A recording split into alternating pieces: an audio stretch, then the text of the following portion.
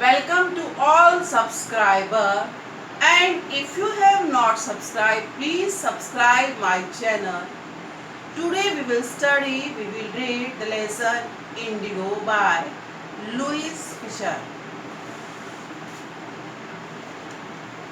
Hello student, मेरा नाम वंदना ग्रोवर है और आज मैं आपको लेसन इंडिगो की हिंदी बतलाऊंगी। डियर स्टूडेंट, इंडिगो मीन्स होता है नील। अब नील से संबंधित क्या है इस लेसन में, यही हम देखेंगे आज। क्या है इसमें, देखिए, ये बात है फ्रीडम से पहले की, आज़ादी से पहले की ये घटना है। आज़ादी से पहले एक राजकुमार शुक्ला नामक किसान थे जो बिहार में रहते थे। बिहार में भी खास जगह थी चंपारण, वहाँ वो रहा करते थे। तो उस समय चंपारण के किसानों की स्थिति बहुत खराब थी। अंग्रेज जमींदार उनको बहुत परेशान करते थे। उनके हिस्से में से, खेती से उन्हें जो कमाई होती थी उसमें से भी काफ़ी कुछ ले लेते थे। तो किसानों की समस्या को लेकर या इस समस्या के संदर्भ में किसी ने राजकुमार शुक्ला से कहा कि आपको महात्मा गांधी से मिलना चाहिए। राजकुमार शुक्ला महात्मा गांधी को मिलने के लिए गए। उस समय महात्मा गांधी लखनऊ में कांग्रेस के अधिवेशन में गए हुए थे। वो गांधी जी से मिले। गांधी जी ने उनसे बोला कि अभी मेरे पास आपके लिए समय नहीं है, क्योंकि मेरे ऑलरेडी कई अपॉइंटमेंट हैं। तो इस पर राजकुमार शुक्ला ने कहा, उनके साथ साथ राजकुमार शुक्ला वहाँ गए जहाँ जहाँ गांधी गए। यहाँ तक कि अहमदाबाद के आश्रम में भी वो गांधी के साथ गए। वहाँ पर पहुंचकर गांधी जी ने उनसे कहा कि अभी तो समय है नहीं मेरे पास, लेकिन जैसे ही कुछ दिनों में मैं फ्री होऊंगा तो मैं आपको कलकत्ता रेलवे स्टेशन पर मिलूंगा। किस स्थिति में मिलेंगे ये उन्होंने उनको बता दिया। अब वो दिन आया जब गांधी जी रेलवे स्टेशन पहुंचे तो वहां पर पहले से ही राजकुमार शुक्ला उनका इंतजार कर रहे थे। दोनों वहां से पटना के लिए गाड़ी पर बैठे। जब पटना पहुंचे तो पहले राजकुमार शुक्ला उन्हें एक वकील राजेंद्र कुमार के यहाँ ले गए। जानते हैं आप ये राजेंद्र कुमार कौन थे? ये हमारे देश के प्रथम राष्ट्रपति थे, जो बाद में हमारे देश के प्रथम राष्ट्रपति बने। उन राजेंद्र कुमार के यहाँ पर वो उनको ले गए, लेकिन दुर्भाग्य से राजेंद्र कुमार उनको उस समय घर पर नहीं मिले और उनकी अनुपस्थिति में जो उस घर के नौकर थे उन्होंने इन दोनों को अंदर नहीं आने दिया, क्योंकि वे राजकुमार शुक्ला को तो जानते थे लेकिन उन्हें गांधी जी के बारे में नहीं मालूम था। तो यह अनुमान लगाकर कि हो सकता है यह छूत हो, उन्होंने दोनों को ही अंदर नहीं आने दिया। तो बीच में ये जो छोटा सा संदर्भ आया, इससे उस समय की छुआछूत प्रथा के बारे में पता चलता है। खैर, इंतज़ार करके वहाँ से चले गए। उसके बाद ये चंपारण पहुँचे तो वहाँ क्या देखते हैं, वहाँ किसानों की स्थिति बहुत खराब थी। मुख्य परेशानी वहाँ क्या थी उस समय चल रही थी, वो ये थी कि देखिए कि प्रथा ये थी कि हर किसान को अपने खेत की 15% जमीन पर इंडिगो की खेती करनी पड़ती थी। इंडिगो मीन्स नील, तो नील की खेती करनी पड़ती थी और फिर उस नील की जो भी कमाई हो वो सारी अंग्रेज जमींदारों को देनी होती थी।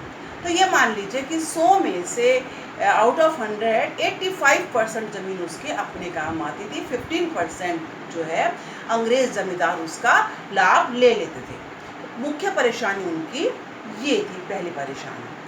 अब उसी समय क्या हुआ उन दिनों में ही कि जर्मन ने एक सिंथेटिक इंडिगो निकाल दिया, आर्टिफिशियल इंडिगो बना दिया। तो उससे इस नेचुरल इंडिगो की इम्पोर्टेंस कम हो गई। अब अंग्रेज जमींदारों को इतना समझ में आ गया था कि अब उनको इससे उतनी कमाई नहीं मिलेगी। वो डायरेक्ट तो किसानों को ये कहना नहीं चाहते थे कि नहीं, हमें ज़रूरत नहीं है अब इसकी, अब आप अपनी खेती जो बोना चाहते हैं वही बोइए। उन्होंने सोचा जो भागता चोर है उसकी लंगोटी पकड़ ली जाए, जो भी हाथ में आ जाए वही काफ़ी है। तो उन्होंने एक बहुत अच्छा सा आप कह सकते हैं कि नाटक रचा। उन्होंने इनसे एक और एग्रीमेंट साइन करवाया। एक एग्रीमेंट तो पहले ही साइन होता था जिसके अनुसार 15% ज़मीन का लाभ, उस पर 15% ज़मीन पर सिर्फ इंडिगो बोया जाता था और उसका सारा फ़ायदा वहाँ के अंग्रेज जमींदार उठाते थे।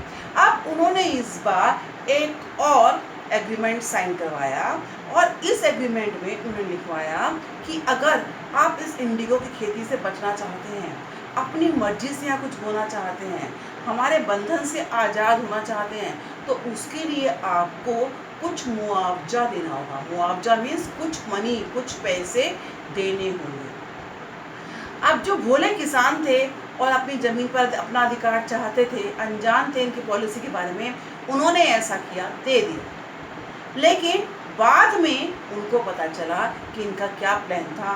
तब वो चाहते थे कि उनका मुआवजा वापस मिले। बस उसी दौरान गांधी जी वहाँ पर पहुँच गए। अब गांधी जी ने किसानों की इस समस्या को वहाँ के कमिश्नर के सामने रखा, लेकिन कमिश्नर ने इस पर कोई भी ध्यान देने से मना कर दिया और इनसे वहाँ चले जाने के लिए कहा। इन्होंने वो जगह छोड़ने के लिए मना करा, इसलिए इनको अगले दिन वहाँ कोर्ट में बुलाया गया। ये कोर्ट में पहुँचे तो कोर्ट के बाहर किसानों की बहुत भीड़, अनियंत्रित भीड़ थी आप कह सकते हैं, जिसको नियंत्रित करने गांधी जी को स्वयं बाहर आना पड़ा। अब कोर्ट में भी जो जज थे उनको लगा कि हम इसके अगेंस्ट नहीं जा सकते, तो उन्होंने मुकदमे को पोस्टपोन करना चाहा, कि टालना चाहा कि फिर आज का कल होगा या परसों होगा इस तरह से। लेकिन गांधी जी ने कहा जो कुछ होना है वो आज ही होना चाहिए। फिर उन्होंने देखा, उन्होंने आखिर में क्या फैसला दे दिया। इन शॉर्ट उन्होंने गांधी जी को कैद से मुक्त कर दिया, आज़ाद कर दिया उनको। अब ये गांधी जी की पहली जीत। अब इसके बाद गांधी जी ने क्या करा, एक कमीशन बिठाया। उस कमीशन में अंग्रेज अधिकारी थे, किसानों की तरफ से ये खुद थे गांधी जी। अच्छा, एक चीज़ और, जब ये शोर मचाना कि हो सकता है गांधी जी को कैद कर लें, तब वो जो राजेंद्र प्रसाद थे उन्होंने और कुछ दूसरे वकीलों ने निश्चय किया कि अगर गांधी जी को कैद किया जाता है तो वो भी जेल जाएंगे। खैर, आइए वापस। अब क्या हुआ, इनका कमीशन बैठा और समस्या रखी गई कि इनसे धोखे से पैसा लिया गया है तो उसका 50% वापस कर दिया जाए। ये बात रखी गई अंग्रेज जमींदारों के सामने। लेकिन अंग्रेज जमींदारों ने कहा हम 50% नहीं 25% वापस करेंगे। गांधी जी ने इस बात को मान लिया और 25% धन इन लोगों का वापस हो गया। ये थी गांधी जी की बहुत बड़ी जीत। यद्यपि गांधी जी पूरा पैसा उनका वापस नहीं करा पाए, लेकिन उनको अपनी बात को मनवाने के लिए बाध्य करना ही अपने आप में बहुत बड़ा काम था।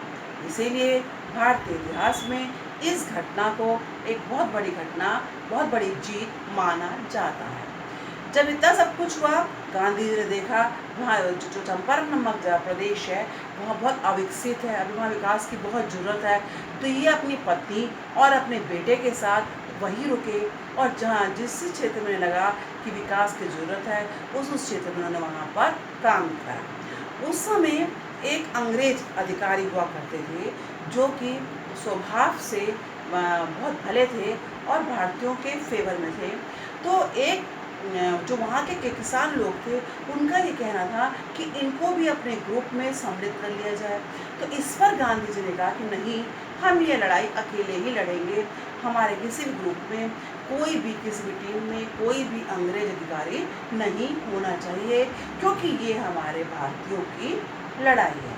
तो ये तो इसकी मुख्य कहानी। देखिए, मैं आपको बताना चाहूँगी जो इसके मुख्य प्रश्न आते हैं वो क्या हैं। इसमें ये पूछा जाता है कि बताइए इंडिगो के लिए कितने % ज़मीन ली जाती थी, तो वो आपका आंसर आता है 15%। ठीक है। दूसरा, गांधी जी ने कितने % मुआवजे की वापसी की मांग रखी?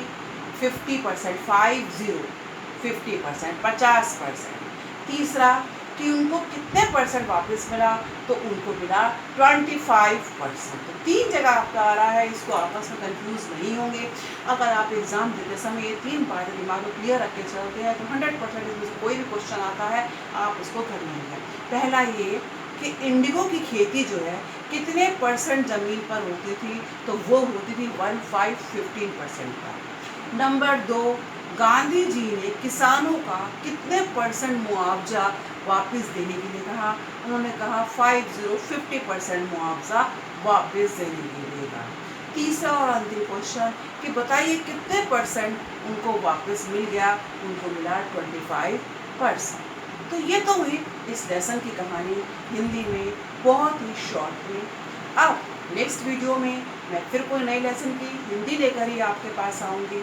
तब तक के लिए बाय। लेकिन जाने से पहले आप प्लीज़ मेरे इस वीडियो को शेयर कीजिएगा, अगर सब्सक्राइब नहीं किया तो सब्सक्राइब कीजिएगा और बेल आइकन को भी प्रेस कीजिएगा। नेक्स्ट वीडियो में हम फिर मिलते हैं एक नया लेसन।